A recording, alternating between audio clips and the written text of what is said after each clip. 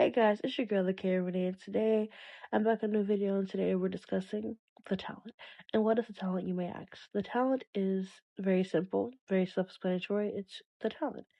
And the talent will be like showcasing and broadcasting me becoming more of me, and like with stage presence and live performances and vocal training and like running and jogging while singing and like just like training my voice and obviously like becoming more talented, becoming the best at my craft is obviously what the talent is about. And so what I really understand is how we're gonna really go about the talent is, oh god, I'm literally struggling right here. How I was literally, my hands are hurting so bad. How we're gonna go about the talent is, I know one of the first vlogs I'm gonna do is I'm gonna go to the gym and I'm going to, vocal train and sing whilst working out. That'll be videos and it's like, just training my voice. That'll be a lot, fun. But yeah, vocal training, going to the gym is very much the most like I'm gonna be doing is like what I want to do is just build up my endurance from performing, because like I know I'm not gonna be like hitting an 8-step routine. Obviously, if you heard my music, you would know that. But I do want to be able to walk around and run around and just be dramatic and not be out of breath. Because right now when I try to sing, it's like out of breath in 10 seconds. It's like that sounds like absolute dog-ish. You know what I mean? Like I really want to be vocally stable. And I'm just like I need that because like lately when I've like been singing, this might be a little bit too much. It's like I don't really like vocal train. Like I'm not like when it comes to vocals, I'm not the best because like obviously like how do I put this? I grew up really poor, so I wasn't able to have any like vocal lessons or like any instrumental like things. I was never able to have that. Like, so now that I'm older and this is the career that I've chosen to pursue, this is the life that I've chosen for myself, I want to perfect my craft in a way, because I'm gonna put money into myself. I'm gonna put it all into myself. The first thing I need to do is, vocal train. I want to like vocal train every day for like the entire year. Like I know it sounds insane, but like vocal train like every single day. I want to like, I feel like I just sing sporadically, and that's probably not healthy for my singing because, I know that a voice is like an instrument. You have to like keep it a certain way to keep it good. So like obviously I want to try being more consistent with my vocal training, more consistent with everything that comes with being more talented.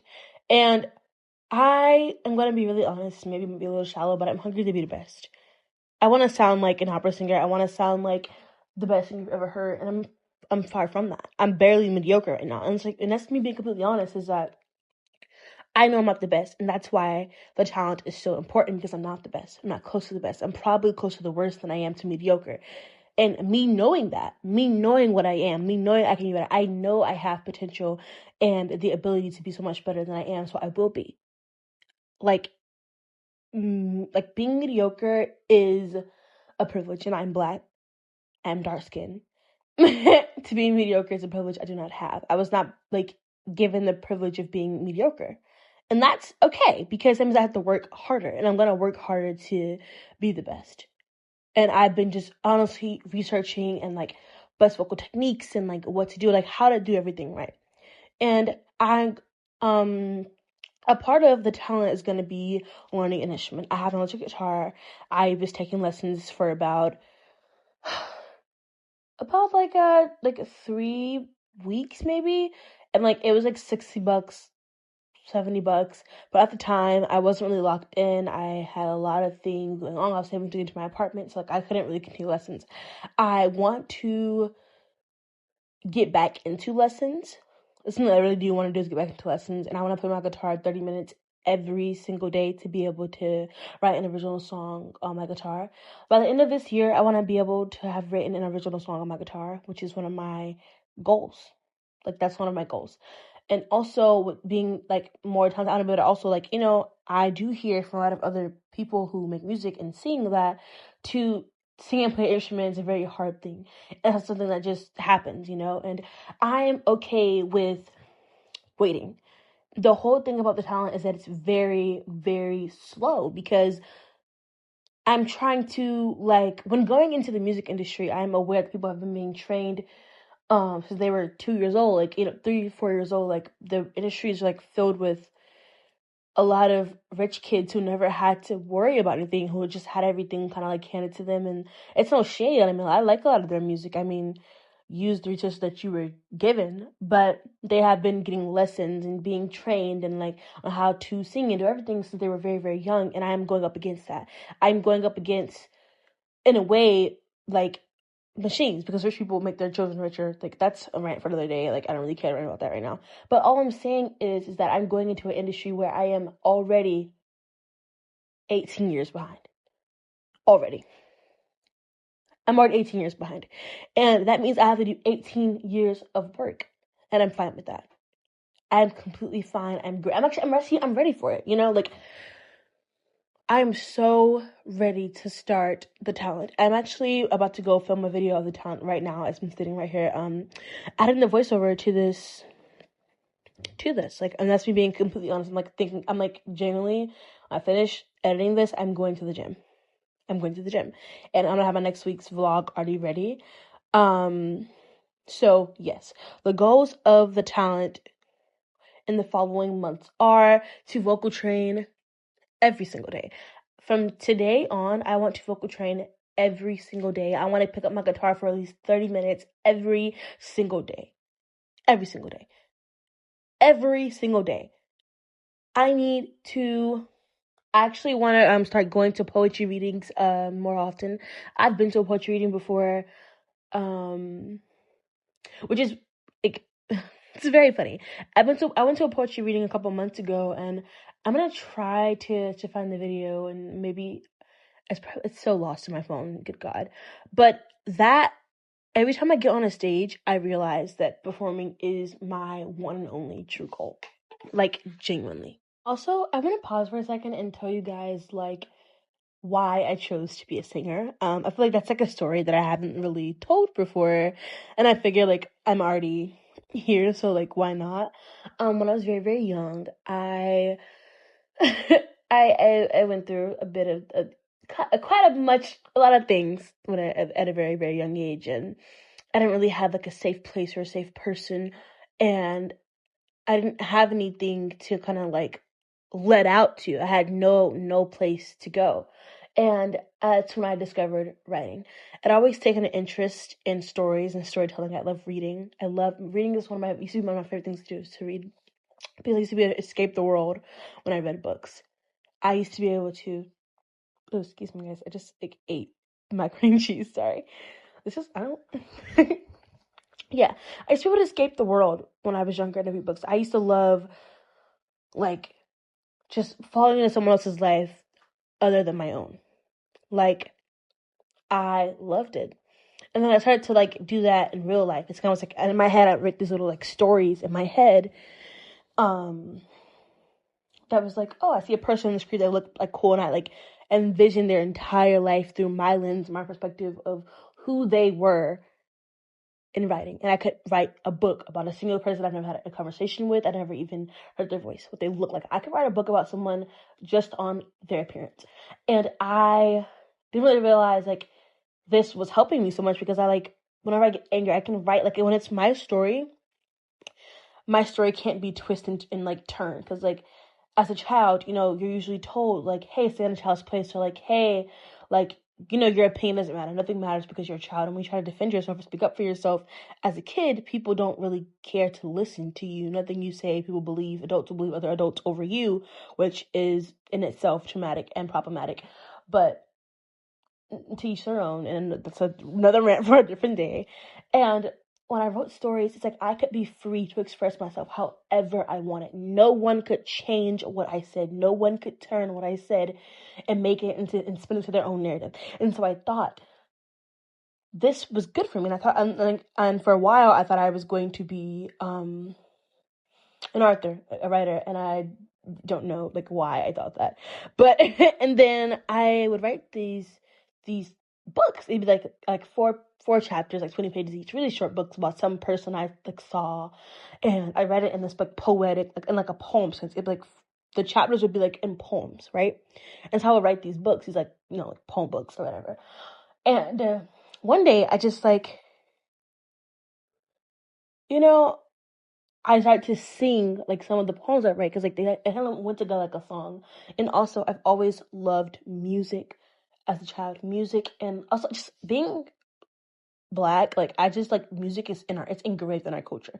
I love being Black, but music is engraved in our culture, and dance is engraved in our culture. So it's like obviously I'm a person who loves music, and I was envious of singers because I was like, it's really nice people to get like to like express yourself through this new lens of light of like saying but not saying, and like saying in a way for like people can relate to you and understand. And I was like, this is such a beautiful feeling, and I was like, I want to do that. I want to be able to express myself in a way that other people who feel the same way that I feel can kind of, like, I don't know, like it's like, I wanted to share my experiences through music, and that was the type of music I heard like growing up. Like my mom always played music from the 90s and from the 70s and like different kinds of music, and you'd hear people tell their life story. And then at the right age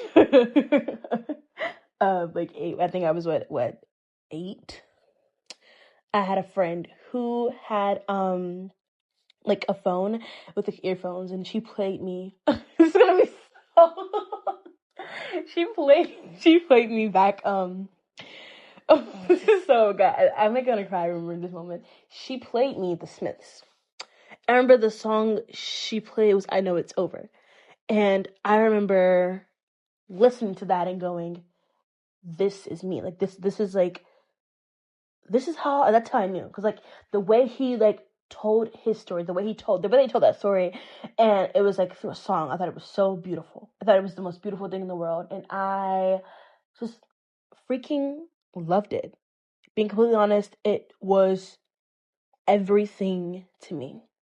And then I'm gonna be honest, I feel like I got older. I started writing every single day. I started writing all the time.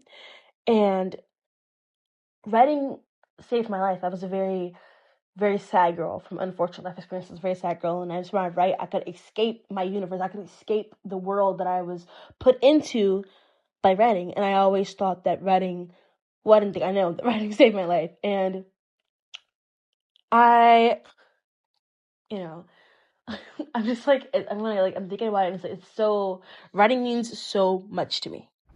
It really does mean the world to me, and I don't think I would have like been alive or survived without learning that about myself, learning that I could write, like learning that I could express myself through writing. And then this is where like I was like a kid, I'd be like, oh yeah, I want to be like a famous like I just say rock star. Like I always thought I was a rock star. Like I clearly am not a rock star, but I'm gonna be a pop star. I'm gonna be the biggest pop star the world has ever known. And I just say that as a kid. Like that was like a dream I had as a kid. It never went away. I thought like with time everyone wants to be a singer when they're a kid, but like I felt it. I felt like I was like I would have these like vivid like dreams about like being a singer, and I am a huge maladaptive daydreamer. So obviously I used to like be able to escape the world. My whole life I have tried to escape my world. Of being honest, like I used anything and everything to be able to escape my world, except drugs. I never did drugs, guys. Don't do drugs. But I did everything I could to escape my world by using my brain. My imagination I had as a kid, I still very much have to this day, and that's like what I'm very, very proud of, is that I never lost my imagination. And to this day, I still maladaptive daydream because I am dying for an escape, and music to me was my escape. I loved music. I love writing. I love performing. I love those kind of things because they all it's all art. It ties in together. The music is the art. The talent is the art. All of it together is beautiful. It's freaking like beautiful. And this is how performing and singing becomes part of it, is that I really found my way. Another expression, like I used to be able to listen to like songs and create this whole picture in my head, like vivid. I see people and like I'd be able to write an entire, I could listen to a song, write an entire movie. Like, for example, like a couple, when I first discovered Lana Del Rey, I listened to Born to Die, and listened to Born to Die, and I was like, I created this entire movie in my head. I was like, this is beautiful. So, like, I've seen music with visions, and that was a skill that I thought was just a part of myself, but it's, very beautiful, of course. And then I remember I was in the 6th grade, and I won. If, like, you're from, like, I don't know if it's, like, an everywhere thing or it's, like, just a Florida thing. I'm really not sure. Guys, don't, like, get me. But Tropicana Speech. Tropicana Speech meant everything to me. And I remember, like, I wrote a speech about people going missing. Oh, wait, I'm going to find that for you guys. I'm going to put it in here. Wait, oh, my goodness. I'm going to put that in here. What the freak? I'm gonna go find that that video of me doing the Tropicana speech in 6th grade. I'm gonna put it at the end of the video. So first, I wrote the Tropicana speech, and I thought it was genuinely, like, so important, because it's like, if you were around that, like, 2016 era in Florida, you know how serious people were, like, they're disappearing. And I wrote a speech about it, and I thought this speech was perfect. And I remember I spent days writing it and researching, and I had, like, never really shared I think it's my writings that it was so sacred to me, I never shared it, right? I never shared my writing ever. It was just something that was very sacred to me. No one ever heard of it. It was like, no one knew I was this writer except, like, me. Like, my siblings, of course, and my older brother especially, very supportive of my writing. And then I get to my classroom, I'm prepared, and then I have these really bad, I was like, I'm gonna not, like, I've never had a performance ever in my life, and, oh wait, that's actually a lie, I did one, like, a school play, like, a year back, but, like, it was, like, this was my moment. Like, I'd never done something that only I had written, ever performed it live. I was nervous. I was shaking in my boots. And then it's Lakea Dunn. My name is Lakea Dunn, by the way. I walked to the front of the screen, in front of the classroom, to the podium, and I said, alert, alert, alert. And then history was made. I remember when the words came out of my mouth. I remember, like, this is a very, like, nostalgic moment for me. Oh my God. When the words came out of my mouth, I remember feeling alive. It was like this puzzle piece in my life that was always missing was there. It was like, that is me. Like, I'm telling this speech and I'm saying this stuff, and I feel good. For the first time in my life, I felt complete telling a story through my writing. And then I remember I won first place in my class. And that means, like, you go to, like, the main stage, like, in the cafeteria, with, like, if you're from, how cafeterias have that, like, the performance stage in there. If you're, like, I don't know if it's a Florida thing or not. Don't, like, quote me on that. And then I get on that stage. I'm, like, having the worst jitters. And, like, the day before, I stayed up all night long. I said it 35 times. I said it really loud. And I was, like, I went outside and said it. And I was confident I was going to win.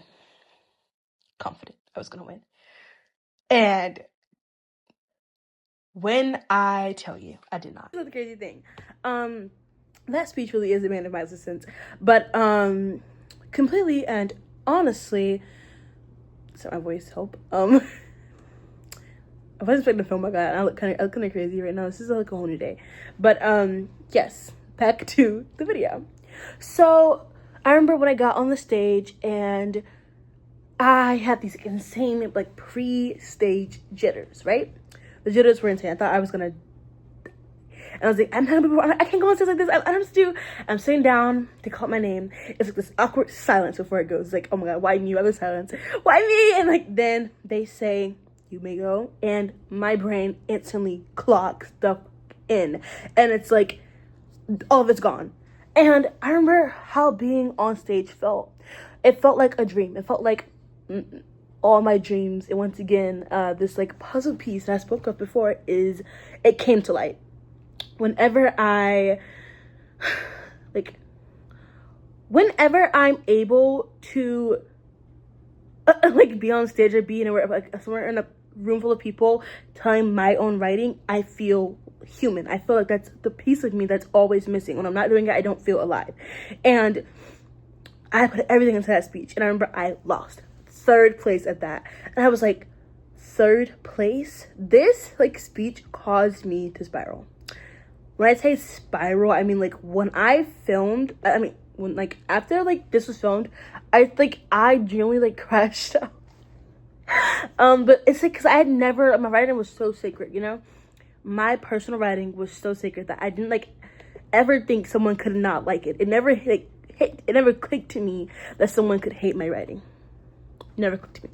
And I was like, whoa, like all that time, all that effort, all that hard work, all of like everything, and it's like nothing. I was like the second loser. And it's like not even the first loser. I was the second loser. I was 3rd place in the whole school. And I remember I was so embarrassed by it because my writing was so sacred to me that I was so embarrassed that I gave the medal to my mom. I said, never show me this ever again. Lock this somewhere, I'll never find it. Don't remind me that I'm a failure. And from that day on, I kind of just like had this like fear of performing and being on stage because like what if people hated me? And that's so insane, but I thought I'd never get back on a stage, and I didn't for years because that like ruined my ambition to become a singer because I was in 6th grade and this was everything to me. Like I thought I was going to be the next best thing that was going to open up so many doors for me, and I'm like, oh, like I failed. I'm a failure. I was never that great. And that took a really huge toll on my confidence. I think I never really recovered from that. But I remember that like stopped me from wanting to be a singer for a very, very long time. I couldn't get back on stage again like to be a loser. And that let me know I was very competitive. And like I was congratulations on your win. And I had everyone come up to me like, oh my god, you should have won. Like, oh shit. It's like I'm like, you know, I'm over it now. But it's like that really stopped me from pushing myself forward, because when I lost that speech, it's like a piece of me had died. This like sacred thing that I put into the world that I shared got me nothing. It was like, and I was so like with my writing, I was so like, I'm the best writer because like I thought in this like way that I was so better than what I was. And I've always been very confident. In my writing, I've always been confident. I've never had an issue with writing. Writing is my very strong suit. And I remember feeling like, okay, I'm a failure. And after that, my like stage fright got so bad that I never got back on a stage until last year. And oh, sorry, I gotta fix my lamp right here, guys. But I never got back on a stage until last year. That's how bad this. I'm trying to like fix this thing right here, guys. This is like a lamp I have over me right now because I don't have like a ring light. I lost my ring light. I'm trying to find a way to set it up.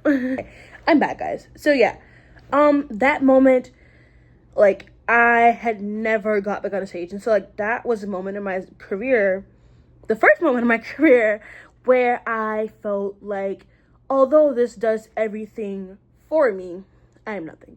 And I was since then hindered by this like deafening silence, and like my daydreams I would continue to daydream, I continue to write. It was actually, no lie, it took me like 3 months to write another thing. After that, like I was like, okay, so my writing is gonna go with me, that means I can never share it, right? But it's like I had this like feeling, and I remember like, although all went bad, I lost terribly. I was a terrible fucking loser. I've always had a problem losing. That's like a problem I will discuss later. But I was hungry to be on stage again, but it was like I was so scared to lose. I was so scared of failure that I was so scared of failure that I stopped writing. Because that was a failure. I lost. I was a failure. And I was really hard on myself. People in my life was really hard on me, so I was always very hard on myself. I was never easy to myself, never nice to myself, because like no one's ever nice to me. So I thought that I would tough on myself and I'd be something in life. And this stupid mindset made me, I didn't write again for a very long time after that. It was like a while before I wrote another song, and I didn't even allow myself to daydream. Didn't. I was so miserable. I didn't allow myself to daydream. I was like, I am a failure. So that was a situation where my career almost ended before it started. And that really stopped me as an artist because I never want to fail. My only fear in this life was failure. And this failure, this this fear of failure stopped me from ever. I was told a quote by a friend of I can't speak. I was told this quote by a friend of mine's mother. She said, "Don't let the fear of failure stop you from being the best you can be." And she told me that, and I was like, "You're complete and utter bullshit." I was embarrassed. I remember, like, I was so sure that I won, and then it's like, boom, Lakaya done. Is it in third place? Lakaya. They didn't even say my full name, right? They said they said my name wrong. First, like, full name, Lakaya Dunn. And I was like, I think I never recovered from that. I think I'm still kind of bitter about that. Like, F that school, bro. But, and yeah, that's how, like, writing, I knew writing was everything to me. It was so sacred. I never had, it was, like, the first time I put myself out there with writing, and then, like, nothing. Absolutely nothing. But, yeah, to each their own. And then I remember, like, although it all went bad, right?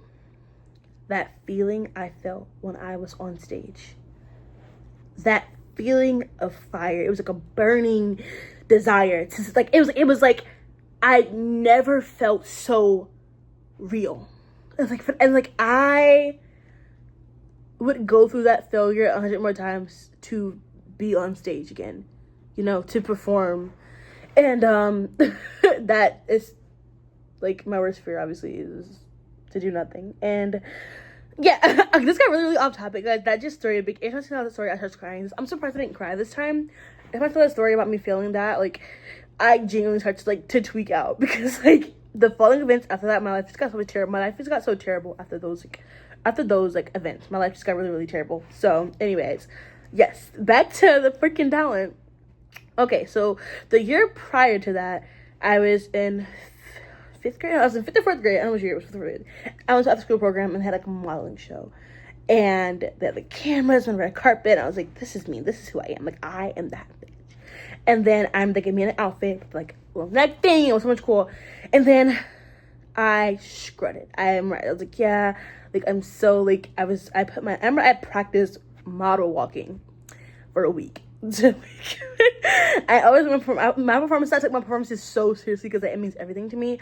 And I remember being so scared and shaking my boots, and then, like, boom, the moment hit, the cameras flash, and then it was like, and it was all gone. And that feeling haunts me in my sleep. That feeling, it keeps me awake at night, is that feeling. And I realized that I let myself be hindered by the thought of being a failure that I never even tried. I never even tried to become what I could be because of thinking I was going to fail, right? And that is the bane of my existence, obviously. But, you know, it's okay, because, like, this is what Popstar Boot Camp is Popstar Boot Camp. This is what Popstar Boot Camp is. This is me being honest, raw, and real, you know? Honest, raw, and real. And I can't wait to be everything that my little self would want me to be. I can't wait to not be afraid again.